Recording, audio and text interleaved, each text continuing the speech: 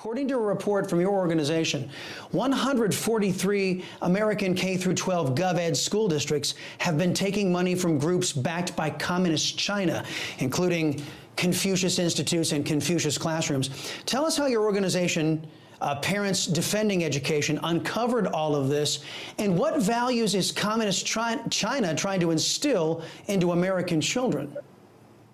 Sure. So this all actually kicked off in March when we identified a school in Northern Virginia that accepted over $1 million from CCP military-linked entities. And we started to wonder, well, if this is happening in what was formerly America's #1 magnet school in the country, is this happening elsewhere? And we found that, yes, it is. The scope of this, I mean, we've identified at this point of over 4 months, 143 school districts. I still think that this is only the tip of the iceberg. And what is frightening is that there is no one who actually knows the scope of this problem. So we have sent letters to the members of the House of Representatives, senators, and governors asking them to investigate this so that parents can make informed choices about whether they want their children to be in these classrooms or not. Because if my child has a chance to learn Mandarin, but also to learn a one-child policy and not to learn about Hong Kong or Tibet or the Uyghurs, I don't want my child taking that course. And I think a lot of parents would be in a similar position. We want to make those decisions with full knowledge. Amen. Well, Nicole, 27 states already have a form of education freedom and parental school choice.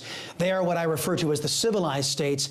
Isn't getting government out of the education business key to real education and preventing the malign influence you've just been articulating? Absolutely. It's a really dynamic moment in time right now because until COVID, a lot of parents didn't have any idea what their children were learning or conversely not learning around the country. And so now that people know, they have started to demand more to leave those government schools that have not been teaching in line with their values, not been, educating their children on reading, writing, and arithmetic, but instead inculcating them on identity politics, racial and gender policies. And so families have been walking. And as a result, private schools are at capacity across the country. And so we're watching new schools be built up to meet this demand, which I think is tremendously exciting for families.